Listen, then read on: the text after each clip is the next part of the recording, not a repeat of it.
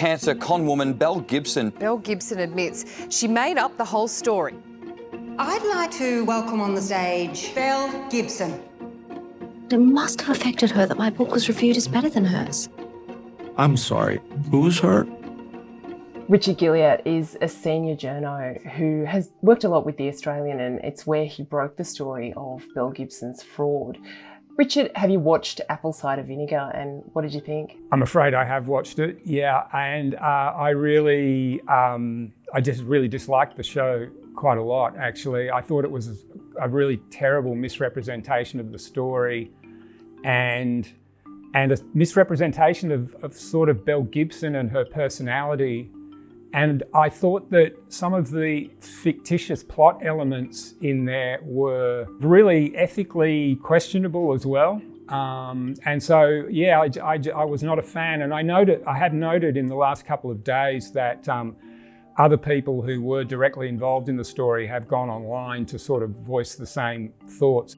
Chanel McAuliffe was a real-life character who has found herself portrayed in Apple Cider Vinegar. She's really the hero of the story, this crusading kind of friend of Belle Gibson who thinks that she's a fake and then works with the journalist to expose her.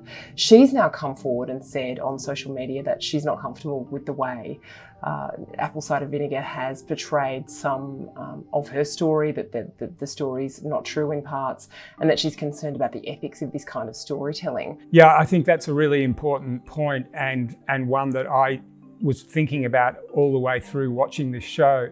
And one of the things, I've spoken to Chanel, and one of the things that she, and to be honest, I both were really quite shocked by was that the scriptwriters took that Jess Ainscough story of the mother and daughter who've got cancer, and they totally replicated, everything about it, from the types of cancer they had to where they lived and when they died, but they changed the name of the character, right? So they call her Miller Blake, but in the script they set Belle Gibson and this Miller Blake character up as these kind of bitchy rivals, and Miller Blake, sort of discovers that Gibson's a fake and decides to sort of destroy her as she's dying. And I just thought, morally and ethically, the Jess Ainscogh's family went through a terrible tragedy, a mother and daughter dying of cancer after rejecting treatment within basically a sort of year of each other. I had nothing to do with the Netflix show, and I don't entirely feel comfortable around some of the ethics of this type of storytelling and how the truth has been distorted in the show. They could have invented a completely fictional character. In this case, I think that's what they should have done. But instead, they took a character that anyone who knows the story would recognise as Jess Ainscough and turned her into this kind of mean girls rival who tears Belle Gibson down as she's dying, which is a complete load of nonsense. I have been healing a severe and malignant brain cancer for the past few years with natural medicine, Gerson therapy and foods. It's working for me. It is. And Except you didn't have brain cancer. No, I didn't. No. But when I was writing that, I thought that I did.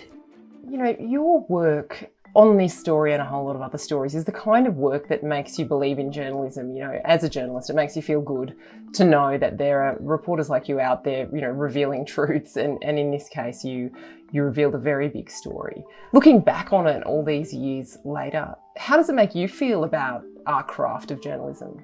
I'm incredibly proud of those stories that I wrote, because of all the stories I wrote, that one I think had an impact, perhaps beyond anything else I've done, just because of her profile and also the issues it raised. I used to grind my teeth about those two guys down in Melbourne. There are two documentaries about Belle Gibson. One of them is going to actually be on Netflix next week. It's called Instagram's Worst Con Artist. I'm in both of them, and they're barely in them at all. And so I kind of think that the record speaks for itself for anyone who wants to look at it.